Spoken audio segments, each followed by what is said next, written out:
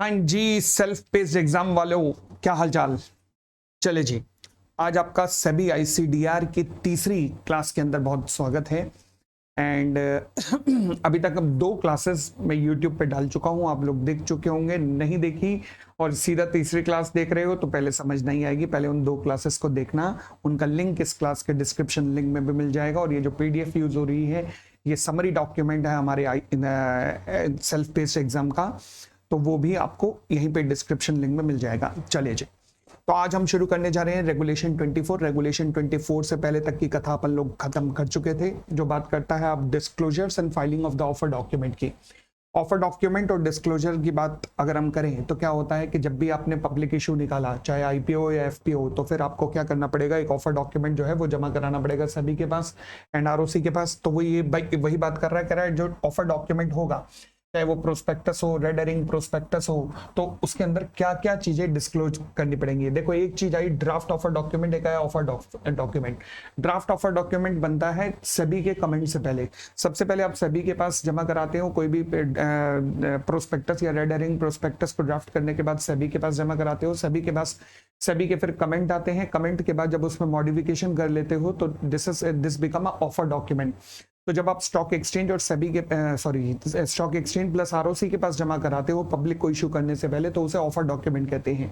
But सभी के पास जमा कराने से पहले वो ड्राफ्ट ऑफर डॉक्यूमेंट है, ठीक है। तो यानी कि डिस्क्लोजर ड्राफ्ट ऑफर डॉक्यूमेंट हो या ऑफर डॉक्यूमेंट हो, क्या क्या डिस्क्लोजर किया जाएगा, सभी के सभी मटेरियल डिस्क्लोजर किए जाएंगे।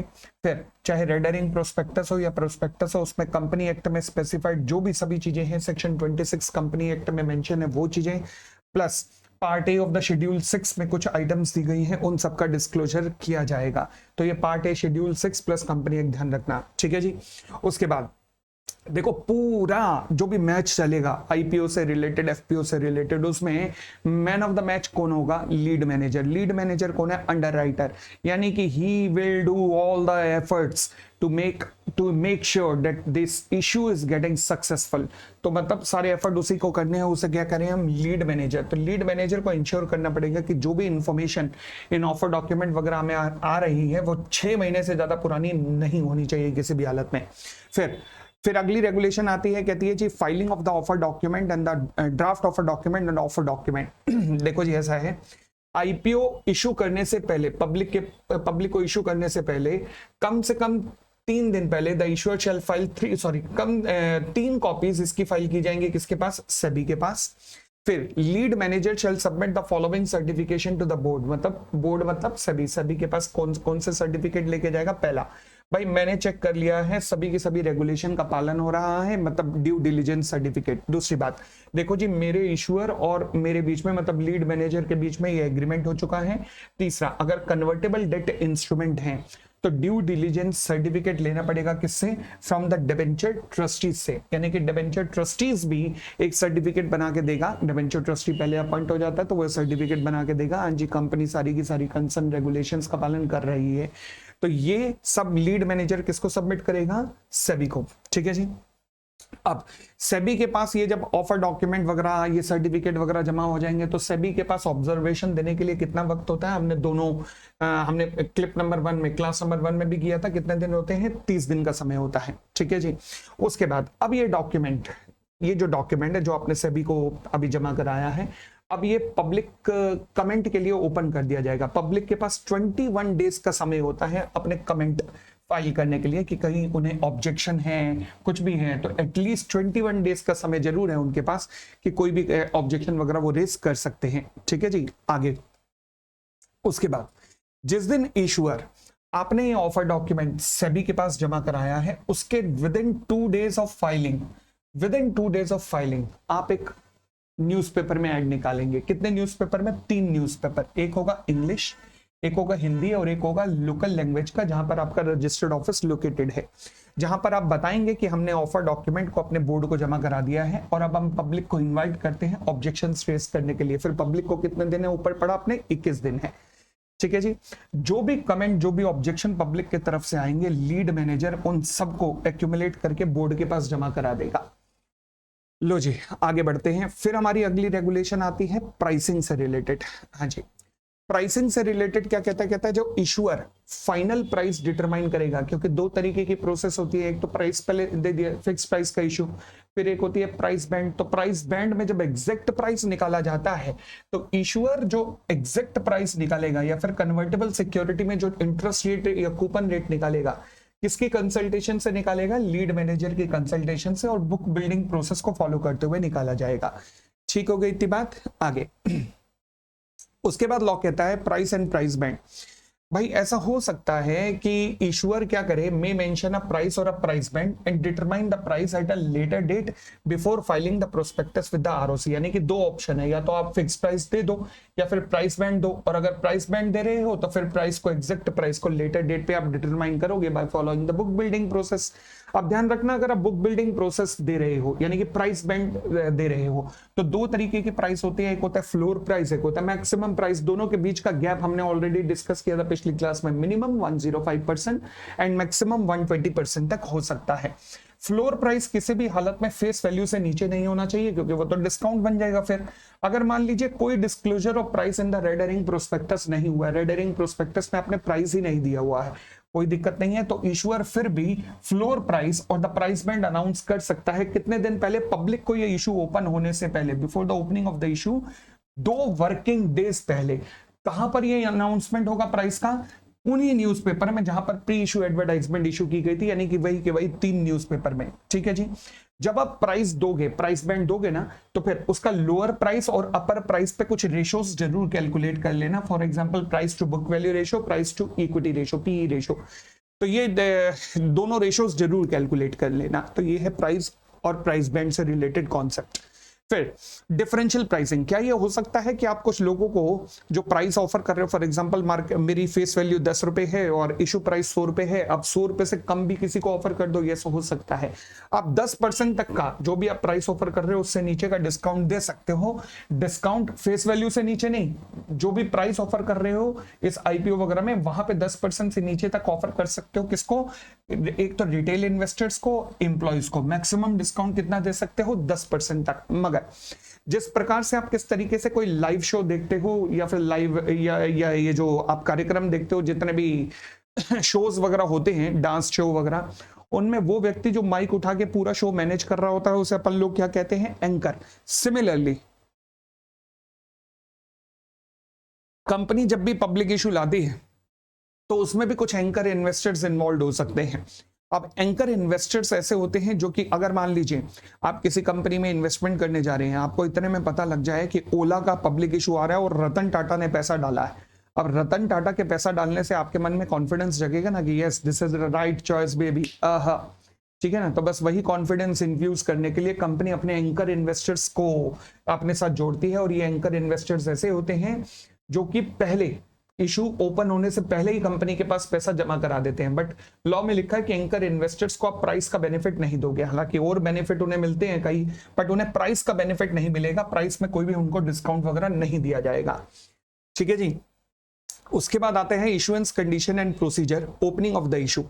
हाँ जी, कहता है जी जिस दिन सेबी ने अपने कमेंट वगैरह दे दिए उसके 12 महीने के अंदर अंदर इशू जो है ओपन हो जाना चाहिए। जैसे इंडिगो एयरलाइंस का जब ओपन आया था, इशू आया था, तो सेबी की ऑब्जर्वेशन से 12 महीने बीत गए थे, वो नहीं ला पाए थे, तो फिर उन्हें दोबारा से सेबी के पास जाना पड़ा था।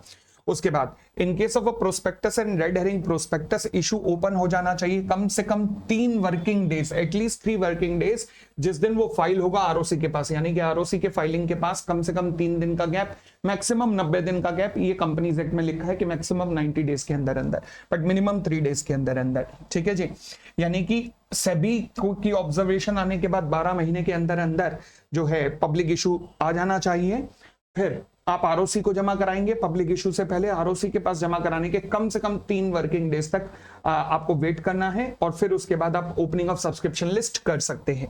ओपनिंग ऑफ सब्सक्रिप्शन लिस्ट कर सकते हैं, यानी कि यहां से पब्लिक अप्लाई करना शुरू कर सकती है। ठीक है।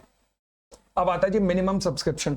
बचपन से पढ़ाते आ रहे हैं हम लोगों को, मिनिमम सब्सक्रिप्शन कितना होता है, 90%। 90% का मिनिमम सब्सक्रिप्शन होता है, बट ध्यान रखना ऑफर फॉर सेल में ये नहीं लगता। ऑफर फॉर सेल में मिनिमम सब्सक्रिप्शन नहीं लगता। क्यों? क्योंकि वहां तो बंदा अपने शेयर बेच रहा है, मिनिमम सब्सक्रिप्शन आए या ना आए, ऐसी तैसी कराए और क्या हाँ जी, अगर ये नहीं हुआ रिसीव तो क्या मैं कह सकता हूं सारी एप्लीकेशन रिफंड हो जाएगी? यस, कितने दिन में? 4 दिन के अंदर अंदर क्लोजर ऑफ सब्सक्रिप्शन लिस्ट से 4 दिन के अंदर सारी एप्लीकेशन वापस कर दी जाएगी। फिर पीरियड ऑफ सब्सक्रिप्शन ऑलरेडी हम समझ चुके हैं कि 3 दिन से लेकर 10 दिन का समय होता है, तो मिनिमम समय कितना होता है? 3 वर्किंग डेज का, और मैक्सिमम कितना हो सकता है? 10 वर्किंग डेज का। बट सपोज अगर मान लीजिए पब्लिक इशू आया और पब्लिक इंटरेस्ट ही नहीं ले रही है, तो फिर आपको क्या करना पड़ेगा? एक मिल्क प्रोडक्ट नाम से कंपनी थी जिसका पब्लिक इशू कोरोना काल में आया था, पब्लिक ने इंटरेस्ट ही नहीं लिया, कंपनी ने डाउनवर्ड रिवीजन किया था। तो रिवीजन डाउनवर्ड भी हो सकता है, रिवीजन अपवर्ड भी हो सकता है, परंतु अगर कभी भी रिवीजन कर रहे हो तो आप एक्स्ट्रा 3 दिन तक जोड़ सकते हो, मगर ओवरऑल फिर भी 10 दिन तक रहना चाहिए, ध्यान रखना। तो कंपनी पहले ही ले लेती है 3 या 4 दिन, ताकि रिवीजन का मौका आए तो रिवीजन कर सके, और मतलब ओवरऑल सब मैक्सिमम 10 वर्किंग डेज के अंदर अंदर ही रखना है, ध्यान रखना अगर रिवीजन कर भी रहे हो तो। In case of revision in the price band, या फिर कोई फोर्स मजौरे, या फिर बैंकिंग स्ट्राइक, या फिर सिमिलर सर्कमस्टेंस हो गया, तो मिनिमम 3 डेज का आपका रिवीजन एक्सटेंशन ले सकते हो, but subject to maximum of 10 working days. ठीक है जी, तो ये ओवरऑल 10 वर्किंग डेज के अंदर ही खेलना है जो भी खेलना है।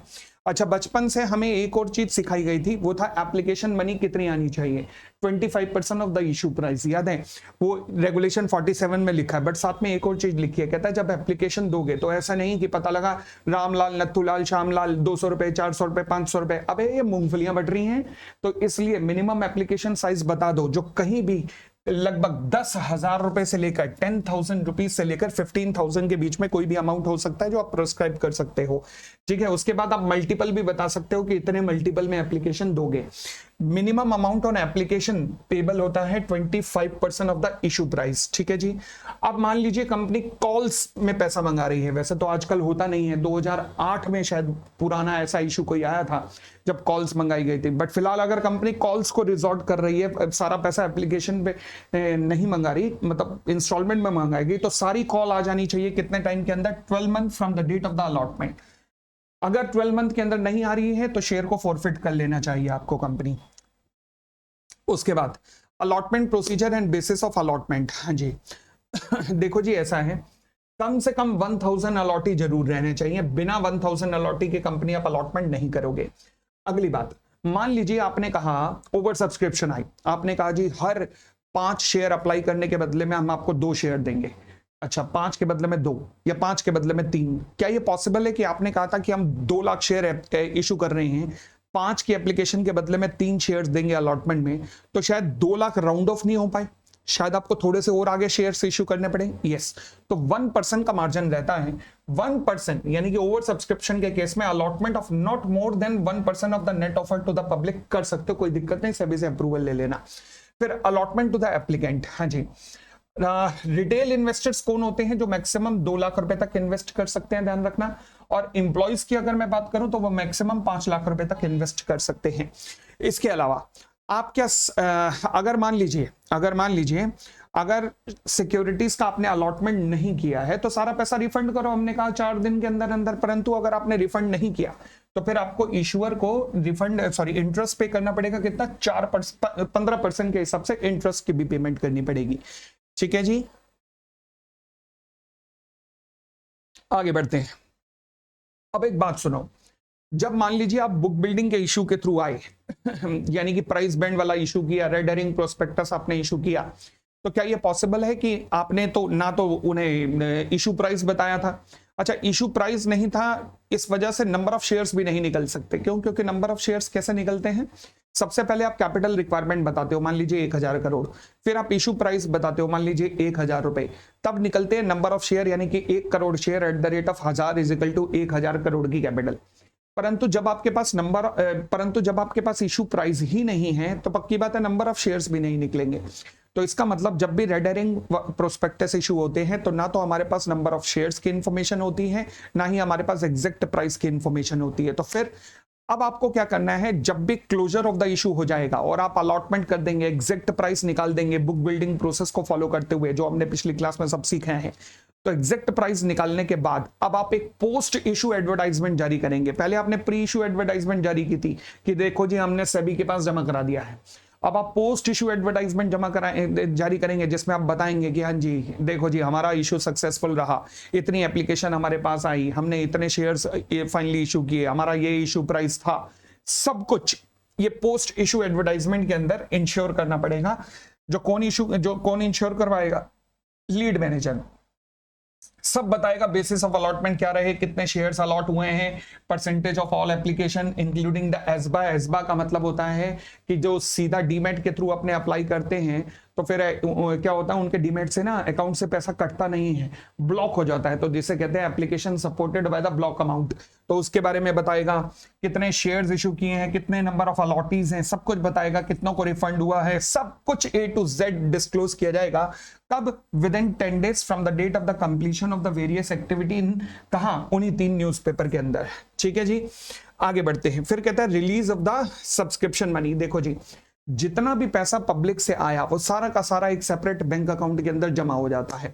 अब लीड मैनेजर उस बैंक को एक रिपोर्ट बना के देता है, कंफर्म करता है, जिसमें कि भाई सारी फॉर्मेलिटी हमने पूरी कर दी है, अब आप पैसा रिलीज कर सकते हो। लीड मैनेजर की इस रिपोर्ट के बेसिस पर ही ये पैसा बैंकर रिलीज करता है।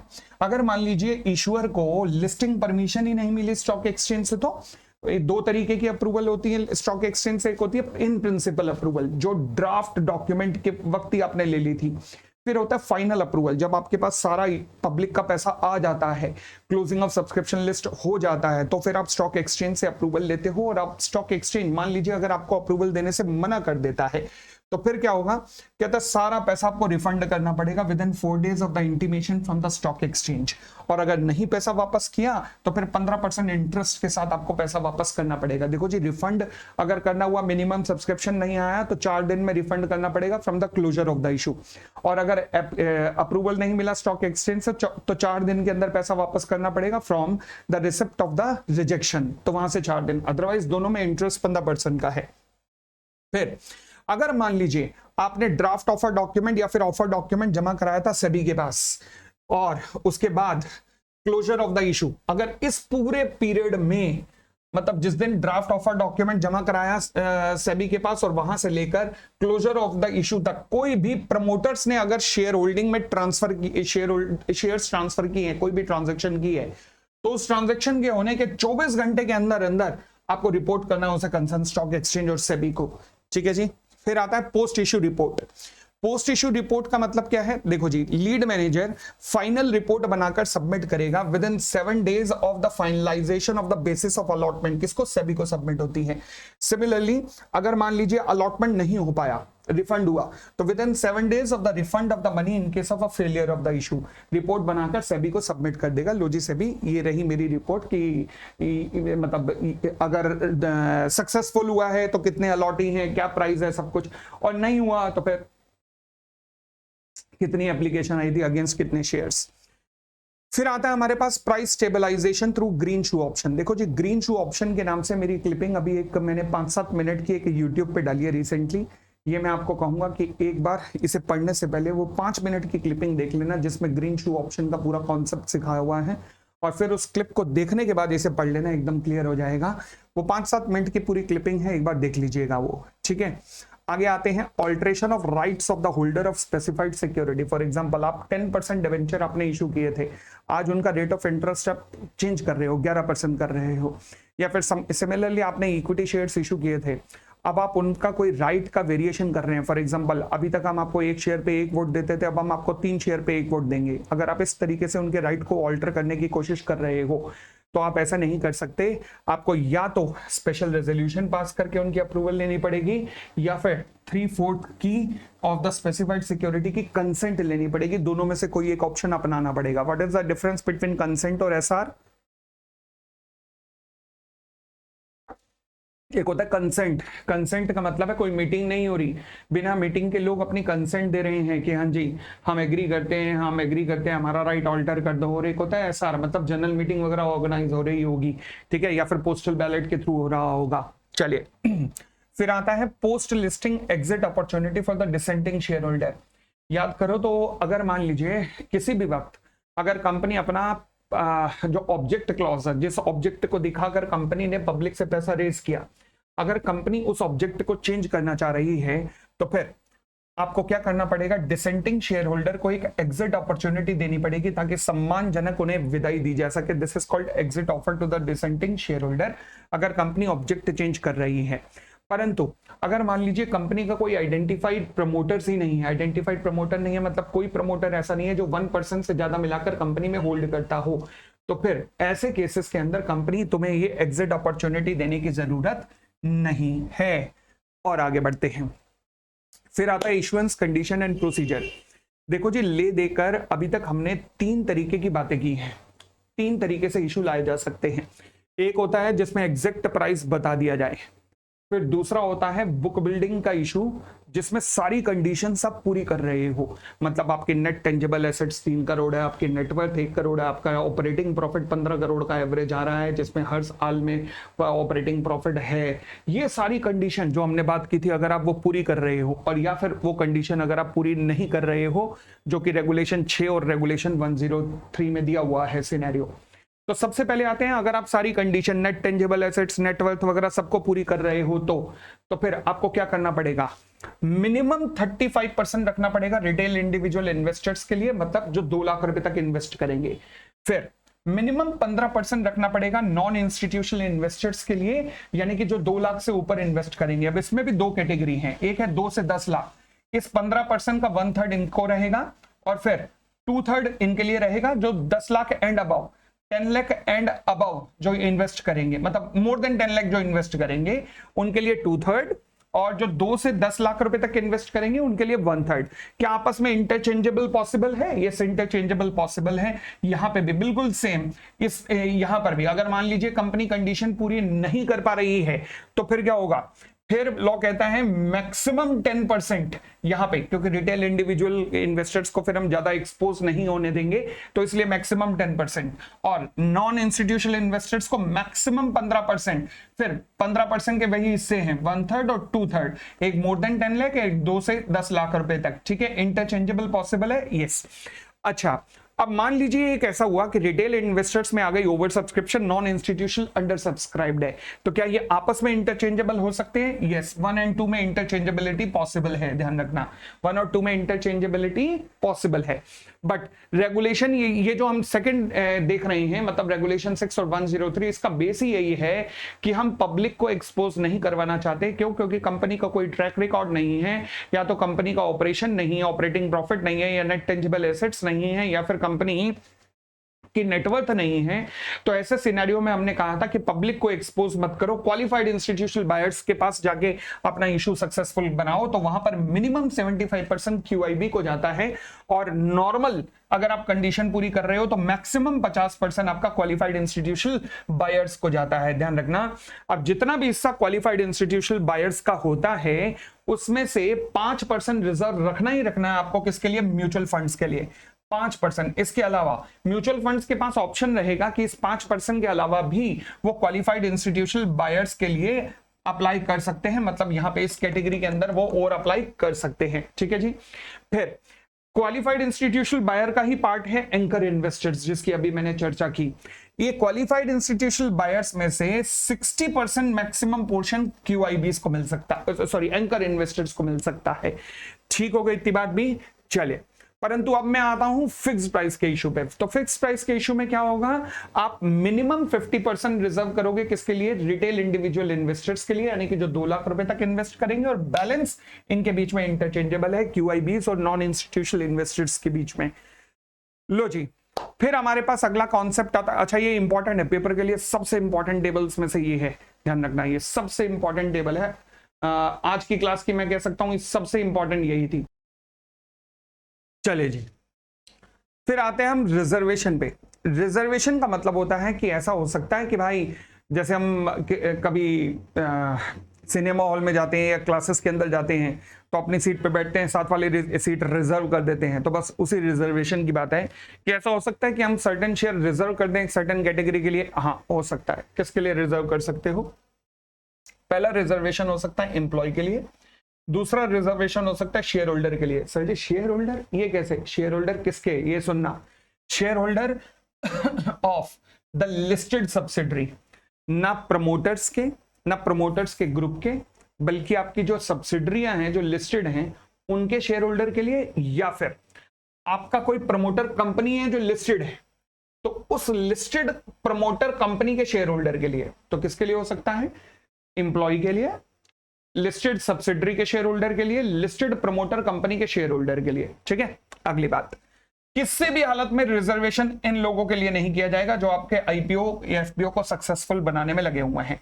Lead manager, registrar, syndicate member कौन होते हैं? अंडरराइटर के अंडर आते हैं।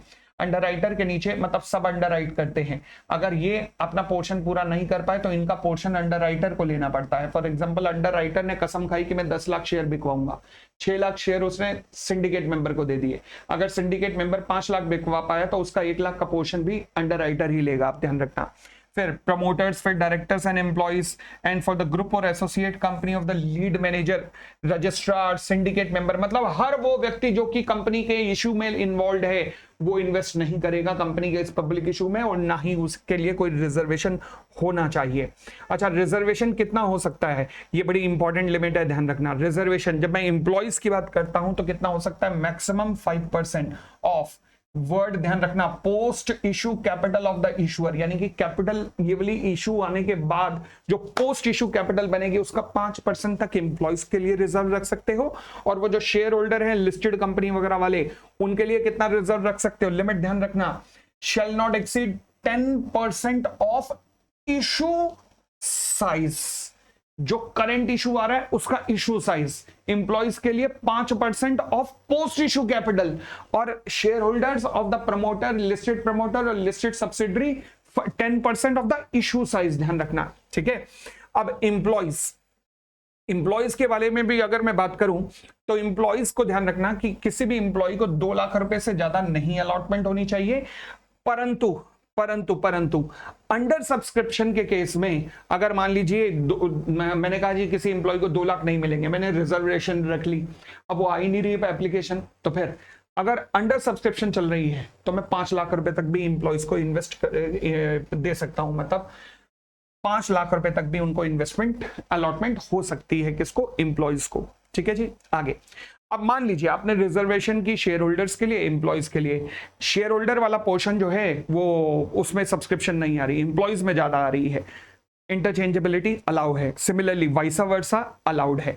सिमिलरली अगर मान लीजिए net offer to the public बहुत ज्यादा आया, एम्प्लॉइज जो रिजर्व थे या शेयर होल्डर जो रिजर्व थे वहां नहीं आया, इंटरचेंजेबिलिटी अलाउ है। सिमिलरली वाइसा वर्सा भी अलाउ है।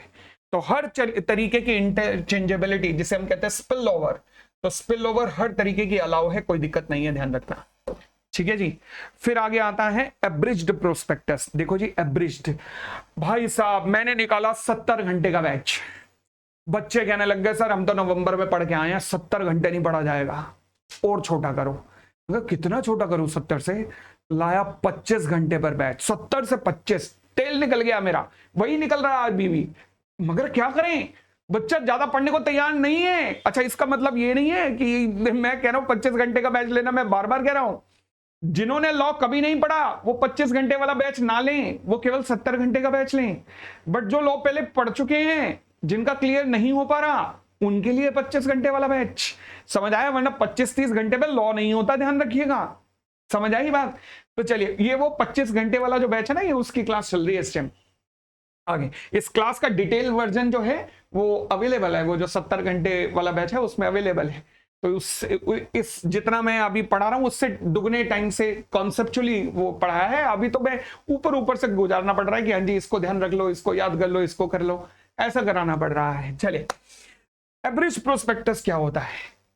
छोटा प्रोस्पेक्टस, कौन इतना पढ़ेगा भाई, जिंदगी झंड करनी है, छोटा सा पढ़ा, तो इसे कहते हैं एवरेज प्रोस्पेक्टस। तो यानी कि एवरेज प्रोस्पेक्टस के अंदर वो डिस्क्लोजर आएगा, ध्यान रखना, एमसीक्यू में पूछ सकता है, जो पार्ट ई ऑफ शेड्यूल 6 में दिया हुआ है, ये पूछेगा पेपर में अगर पूछा तो। ठीक है, अगली बात, एप्लीकेशन फॉर्म के साथ में एवरेज प्रोस्पेक्टस इशू किया जाता है। ठीक है जी, आगे फिर है availability of the issue material. अच्छा, कौन कौन से ऐसे लोग हैं जो कि अभी तक हमने चर्चा की जो कि इशू में इन्वॉल्व हैं?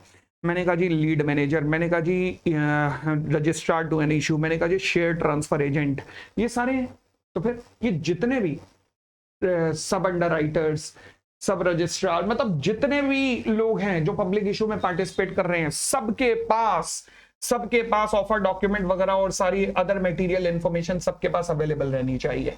ये पॉइंट ये कहता है, रेलेवेंट नहीं है ज्यादा पेपर के लिए। आगे, कंपनी क्या ऐसा हो सकती है कि इंसेंटिव पे करे, कहीं से भी कंपनी तुम इन्वॉल्व नहीं होगे, ना तुम्हारा डायरेक्ट और इनडायरेक्ट कोई इन्वॉल्वमेंट नहीं रहेगा इंसेंटिव पे करने पे। फॉर एग्जांपल, भाई साहब हम तुम्हें गारंटी देते हैं कि 10% की रिटर्न तो कंपनी देगी, इन्वेस्ट कर दो। नहीं, कोई भी ऐसी इंसेंटिव स्कीम किसी भी एम्प्लॉय के लिए, किसी भी व्यक्ति के लिए नहीं चलाओगे आप। ठीक है जी। अगली बात, सिक्योरिटी डिपॉजिट। भाई साहब ऐसा है आप सारी कंडीशंस को पूरा कर रहे हो या नहीं, कंप्लायंस हो रहा है या नहीं, स्टॉक एक्सचेंज की टर्म्स एंड कंडीशंस को पूरा कर रहे हो कि नहीं, इसके लिए 1% of the issue size security deposit के रूप में जमा कराना पड़ेगा। वो पूरा रिफंड हो जाएगा अगर कंप्लायंस सभी कंडीशन का हुआ है, अदरवाइज फॉरफिट भी हो सकता है अगर नॉन कंप्लायंस हुआ है तो। उसके बाद आता है अंडरराइटर।